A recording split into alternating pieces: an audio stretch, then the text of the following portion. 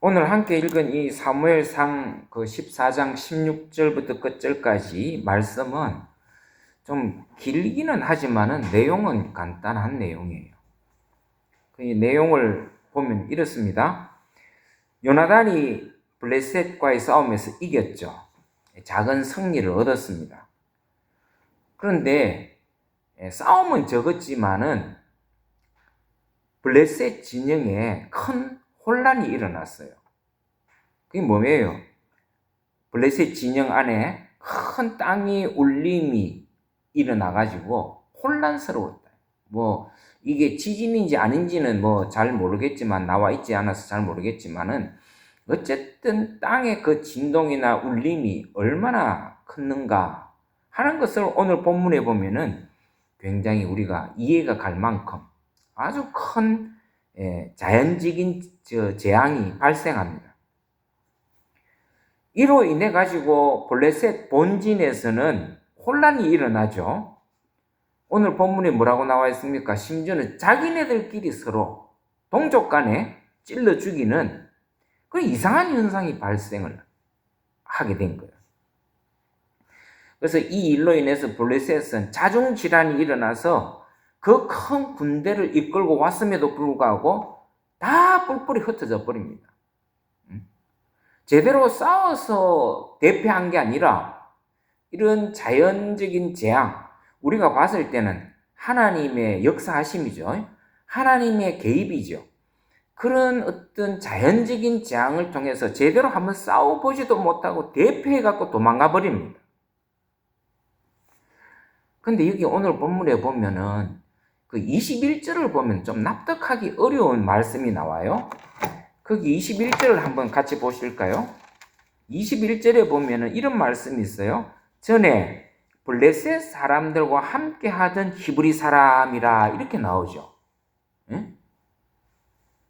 전에 블레셋 사람들과 함께 하던 히브리 사람이라 요런 말씀이 나와요.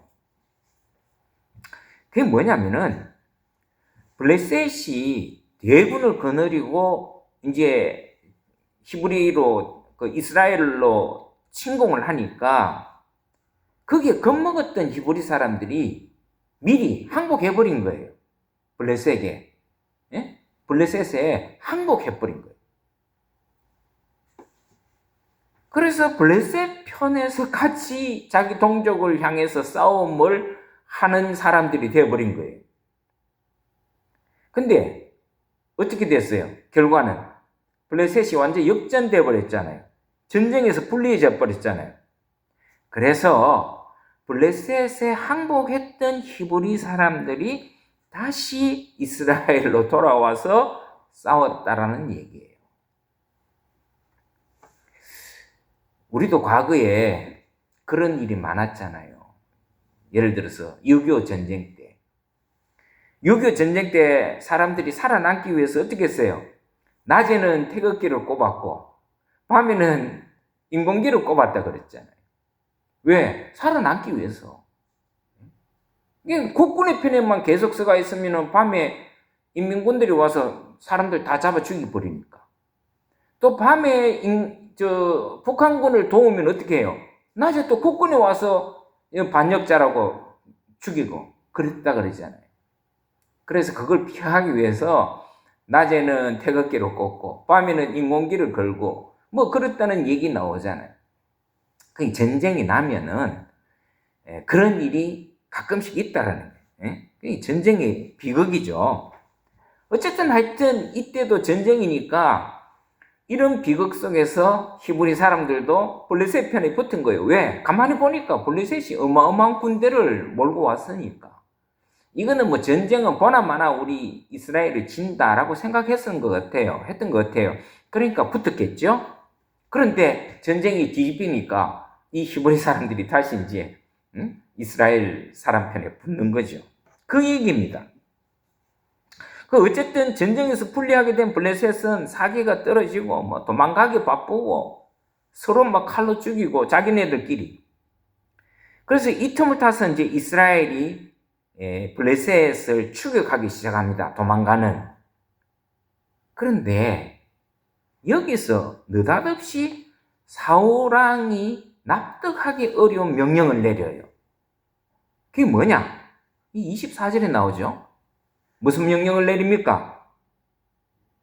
금식령을 내리는 거예요. 금식령을. 예? 아무것도 섭취하지 마라. 먹지 마라. 금식령을 내립니다. 이건 뜬금없는 명령을 내리는 거죠. 여러분 한번 생각해 보세요. 이 전쟁을 치르면서 얼마나 많이 힘들고 고단하겠어요. 그러면은 어떻게 해야 돼요? 잘 먹어야 되죠. 잘 먹어야 돼요. 저도 뭐 훈련소에서 훈련을 받아봐서 잘 압니다. 뭐 오랜 행군을 하거나 또 군사 훈련을 야외에서 받다 보면요, 엄청난 체력이 소모가 되거든요.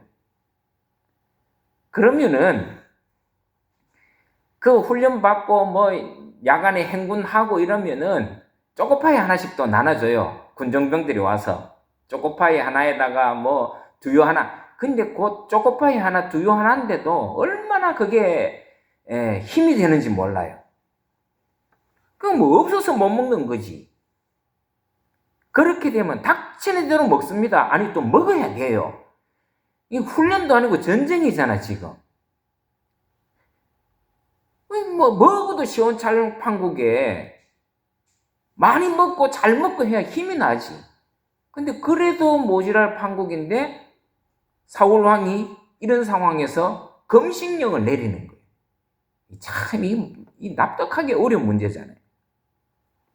그리고 누구든지 음식을 입에 갖다 대는 사람이 있으면 저주를 받을 것이라고 악담을 합니다. 사실 이건 미친 소리죠. 제정신이 아닌 거예요. 그래서 여러분 지도자가 참 중요해요. 네? 지도자가.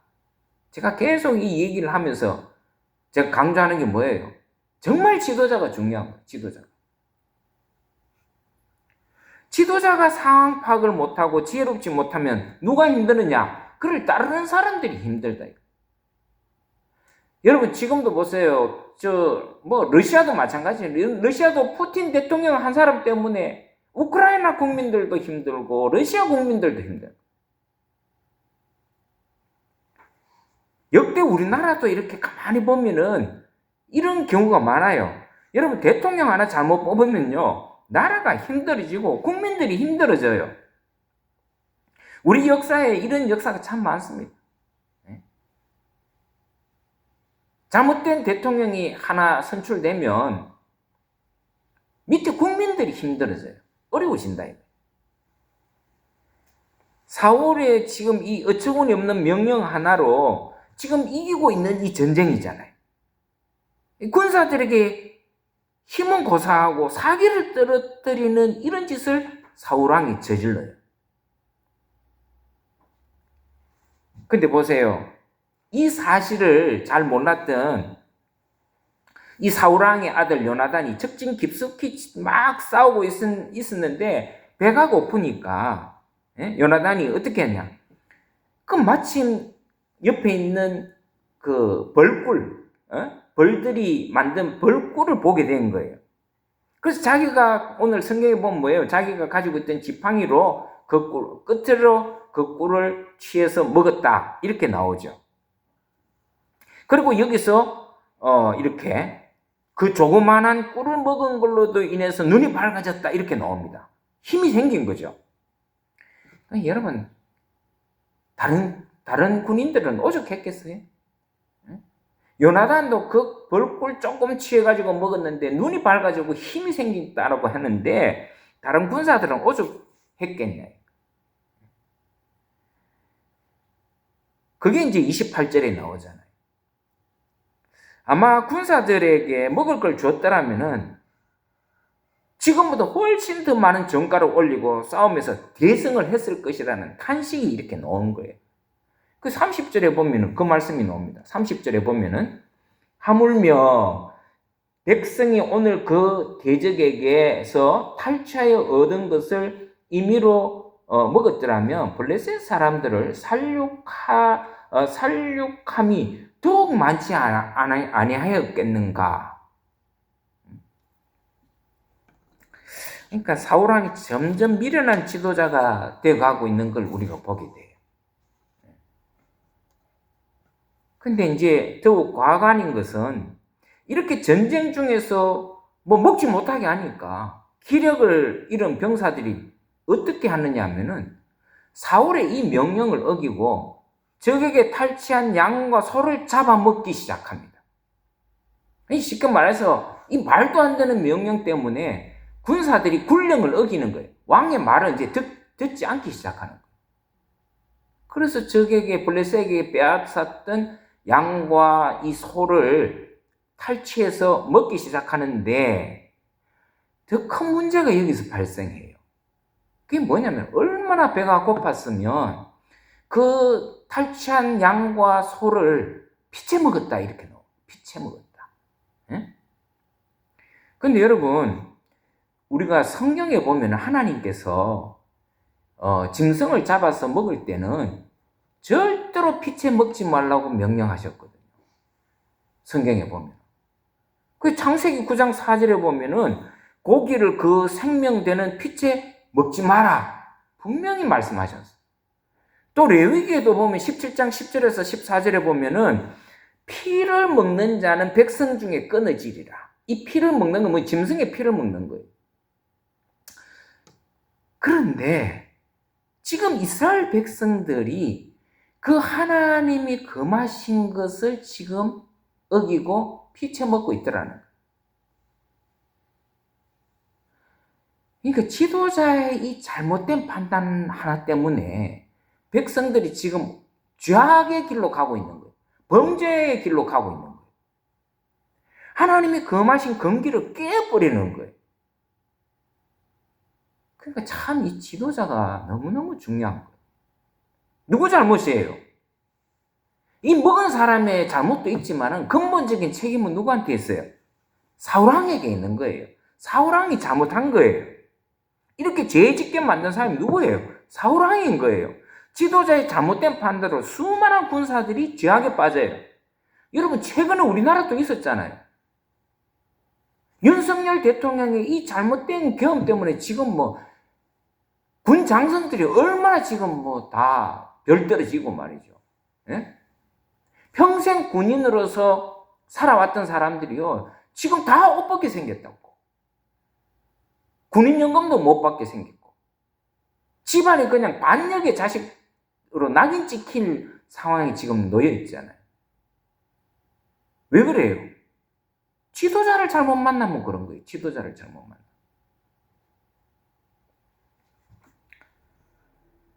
그래서 오늘 이 말씀에도 보면 우리가 기억해야 될 게 뭐냐면 지도자의 잘못된 판단이 나라의 운명을 거르칠 수 있다는 교훈을 우리에게 주고 있는 거예요. 우리가 이걸 반드시 기억해야 돼요. 자기 혼자 잘못되는 게 아니라 지도자는 잘못되면 자기 혼자 잘못되는 게 아니에요. 그를 따르는 수많은 사람들이 잘못될 수 있다. 그래서 함부로 지도자가 되면 안 돼요. 그 예수님도 그랬잖아요. 너무 교사 되려고 그러지 마라. 남을 가르치지 마라. 맹인이 맹인을 인도하면 그거 어떻게 되겠냐? 그래서 참 지도자가 중요한 거예요. 근데 이런 상황에서 이스라엘 이제 백성에게 사울왕이 약속했잖아요. 만약에 내 말을 금식령을 어기면 내가 죽이겠다. 근데 결국 이게 딱 보니까 누구에게 가는 거예요? 자기 가족들한테 가는 거예요. 백성들은 안전해요. 제비로 모았는데. 그 자기 가족하고 사울왕하고 요나단이 남은 거예요. 근데 또 거기서 뽑아보니까 요나단이 딱 걸렸잖아요. 자기 아들이. 이제 자기 아들이 죽어야 될 판국인 거예요. 그래서 사울왕이 자기가 왕으로서 약속은 했으니까 죽이라. 그랬더니 백성들이 들고 일난 거예요. 요나단을 왜 죽이냐? 그가 제일 먼저 전쟁에 달려나갔고 전과를 이루었고 앞장서서 이 전쟁에서 성과를 이루는 사람인데 왜 당신이 죽이려고 그러느냐? 그래서 이스라엘 백성들이 이 요나단을 죽이려고 하는 사울 왕을 말려갖고 요나단이 살아나요. 얼마나 무모한 결정을 한 거예요. 이게 다 이긴 게임이잖아요. 근데 사울왕의 이 잘못된 판단 명령으로 이래갖고 자기 아들을 죽일 뻔했단 말이에요. 그것도 다 이스라엘 백성들이 좋아하고 하는. 그러니까 전쟁에서 다 이기는 게임에서 초상집을 만들 뻔했다. 초상집을. 그래서 여러분, 우리가 여기서 진짜 진지하게 생각해야 될 게 뭐냐면은, 왜 하나님은 이 사건을 기록하고 우리에게 남겨주셨을까? 지도자의 중요성은 수천, 수백 번, 수만 번 강조해도 모자람이 없다. 지도자가 얼마나 중요하냐. 그리고 지도자의 잘못된 결정이 얼마나 많은 사람들에게 불행을 주고 고통을 주고 하는가를 깨달아라는 거예요. 그래서 여러분, 우리가 흔히 하는 말이 있잖아요. 선거 잘해야 된다고. 맞아요. 선거 잘해야 돼요. 투표 잘해야 됩니다, 여러분. 이제 5월달 되면 6월달입니까? 지방선거가 있잖아요. 선거를 참 잘해야 돼요. 우리가 어떤 지도자를 선출하느냐에 따라서 우리 미래가 결정되기 때문에 그래요. 그래서 감정적으로 선거에서는 절대로 안 돼요. 나는 죽어도 나는 죽어도 나는 이 당을 짓겠다. 우리가 남이가 학연, 지연, 혈연, 여러분 이런 생각이 나라를 망하게 하는 거예요. 이런 생각. 그러니까 여러분, 제가 항상 얘기하잖아요. 정치에 관심을 가져라. 정치에 관심. 왜? 그게 정치가 우리 삶이니까. 어떤 사람이 지도자가 되느냐에 따라서 우리 삶이 달라지니까. 우리가 지금 보고 있고 우리가 경험했잖아요.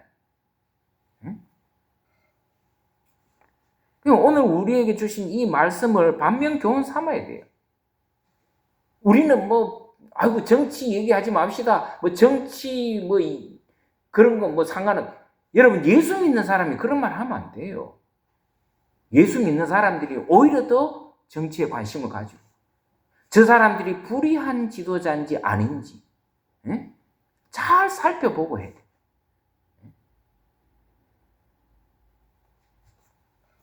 누가 옆에서 저 사람 찍어라, 이 사람 찍어라, 그렇게 찍으면 안 돼요. 그래서 평소에 내가 정치에 관심을 많이 가지고 있고, 우리 예를 들어서 여기 팔달구잖아요. 팔달구에는 어느 국회의원이 있고 어느 정치인이 있고, 우리 수원시장이 누군지, 또 어떤 수원시장이 어떤 일을 하는지 잘 봐야 되는 거예요. 나하고 수원시장하고 무슨 관계 있냐? 관심을 안 가지면 안 돼요. 다 관심을 가지. 교회도 마찬가지죠. 교회도 이거는 다 목사님이 알아서 하는 거고, 목사님 그게 아니라, 목사님이 어떤 목회를 해나가는지, 목사님이 지금 이 두란노 교회를 예를 들어서 이끌어가는 데에서 어떤 방향으로 이끌어가는지 관심을 가져야 된다니까요. 그리고 잘못된 길로 간다 싶으면 목사님 그 길은 그거 아닙니다. 얘기할 수 있어야 되고, 또 목사님이 바른 길로 가면은 목숨 걸고 따라가야 되는 거고. 그래야 되는 거예요.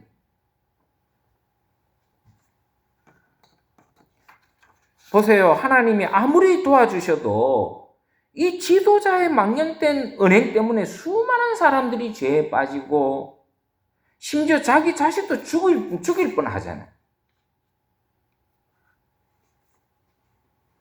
더 큰 승리를 목전 앞에 두고 쓸데없는 데 시간 낭비하고 사기 떨어뜨리고 우를 범하고 위기로 몰아넣어버린다.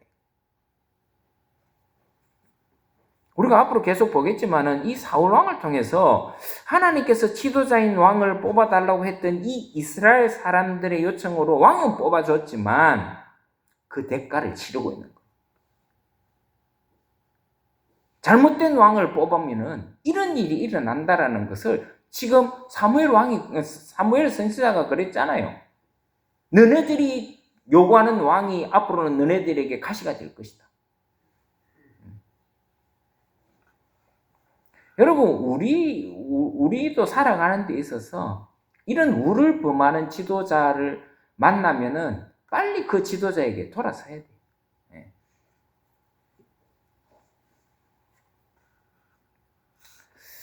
그래서 오늘 이 뭐 긴 그 성경 구절을 읽었지만은 핵심은 그거예요. 어떤 사람이 지도자가 돼야 되느냐? 그리고 또 지도자에 의해서 불행해질 수도 있고 또 우리가 행복해질 수도 있다 하는 것을 하나님은 오늘 이 말씀을 통해서 우리에게 교훈하고 있다는 거예요. 여러분 나라의 지도자를 위해서 기도할 필요가 있고 잘 볼 필요가 있어요. 감시를 해야 돼요. 관리 감독을 국민들이 해야 돼요. 뭐 뽑아놓고 뭐 나는 뭐 그냥 생각 없이 투표했다고. 그건 자랑이 아니에요. 그냥 생각 없이 누구 뭐 찍으라 그냥 찍고 이런 것만큼 어리석은 사람들이 없어요. 여러분들도 오늘 이 말씀을 왜 하나님이 우리에게 주셨는가 잘 생각하면서 우리 지도자가 참 중요하다. 그런 지도자를 뽑는데 우리가 정말 신중해야 된다 하는 것을 오늘 저와 여러분들이 꼭 기억했으면 좋겠습니다. 우리 한번 기도하겠습니다.